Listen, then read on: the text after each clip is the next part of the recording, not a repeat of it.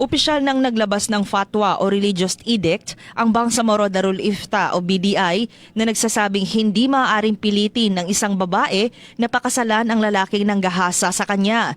Ang Bangsamoro Darul Ifta ay isang opisyal na Islamic Religious Authority sa BARM na nagbibigay ng fatwa o legal opinion base sa Sharia o Islam laws. Ayon dito, ang panggagahasa ay isang kasuklam-suklam na krimen at tahasang paglabag sa dangal. Ipinag-utos ng Sharia ang mabigat na parusa para rito depende sa mga pangyayari at paraan ng paggawa ng krimen. Hindi pinahihintulutan sa ilalim ng batas Islamiko na pilitin ng isang babae na pakasalan ang lalaking umabuso at gumahasa sa kanya.